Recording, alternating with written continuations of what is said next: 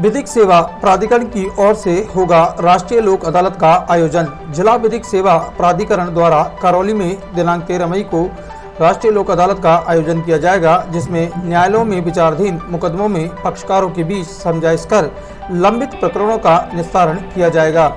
जिला विधिक सेवा प्राधिकरण करौली की सचिव बीना गुप्ता ने जानकारी देते हुए बताया कि आगामी 13 मई को राष्ट्रीय लोक अदालत का आयोजन किया जाएगा, जिसका उद्देश्य कई सालों से लंबित प्रकरणों में पक्षकारों को आपस में सहमति करवाकर प्रकरणों में कमी लाना है, जिसमें समय व धन की बचत के साथ प्रकरण पूर्ण रूप से निस्तारित किया जाता है, जिसका अपील करने का भी कोई प्रावधान नहीं होता। लोक अदालत में मुख्यतः फौजदारी प्रकरण, सिविल के प्रकरण, चेक अनादरण, मोटर दुर्घटना बीमा, पारिवारिक विवाद, बैंक प्रकरण, राजस्व, श्रम, जल विद्युत संबंधी समस्त प्रकरणों में समझाइश कर निस्तारण का प्रयास किया जाता है। विधिक सेवा प्राधिकरण की सचिव द्वारा सभी लंबित पक्षकारों को आह्वान किया गया है कि ज्यादा से ज्यादा संख्या में राष्ट्रीय लोक अदालत में उपस्थित होकर आपसी समझाइश कर प्रकरणों के निस्तारण हेतु दिनांक 13 मई 2023 को उपस्थित होकर लोक अदालत का लाभ लेवें। जी बताएं। नमस्कार। 13 मई को राष्ट्रीय लोक अदालत का आयोजन किया जा रहा है।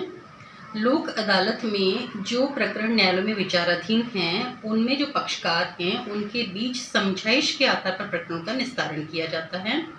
न केवल न्यायालयों में लंबित प्रकरणों का समझाइश के आधार पर निस्तारण किया जाता है, अपितु ऐसे मामले जो न्यायालय में पहुंचे नहीं हैं, जो प्री लिटिगेशन के स्तर पर हैं, लोगों में विवाद है लेकिन न्यायालय में अभी मामला नहीं आया है, उस तरह के प्रकरणों को प्री लिटिगेशन मामले कहा जाता है। उनमें जो पक्षकार हैं उनको भी इस लोक अदालत में बुलाया जाकर के समझाइश के आधार पर निस्तारण के प्रयास किए जाते हैं। इन लोक अदालत में बेंचेस का गठन किया जाता है। बेंच जो होती है उसमें अध्यक्ष न्यायिक अधिकारी होता है तथा जो सदस्य है वो अधिवक्ता को रखा जाता है। अधिकारी व अधिवक्ता पक्षकारों के साथ मिलकर के वार्ता करते हैं, समझाइश का प्रयास करते हैं और न्यायिक समाधान तक पहुंचने का प्रयास किया जाता है।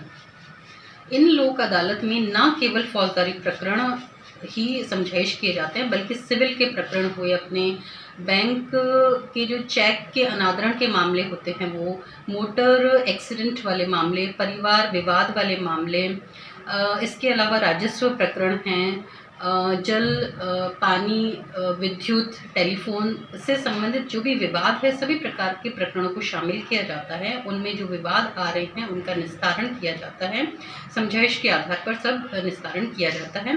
इसका सबसे बड़ा बेनिफिट जो लोक अदालत का है वो ये है कि इसमें सबसे कम समय लगता है, समय की बचत होती है, अपने धन की बचत होती है, अधिवक्ता को या किसी तरीके के अधिवक्ता को करने की आवश्यकता नहीं पड़ती है।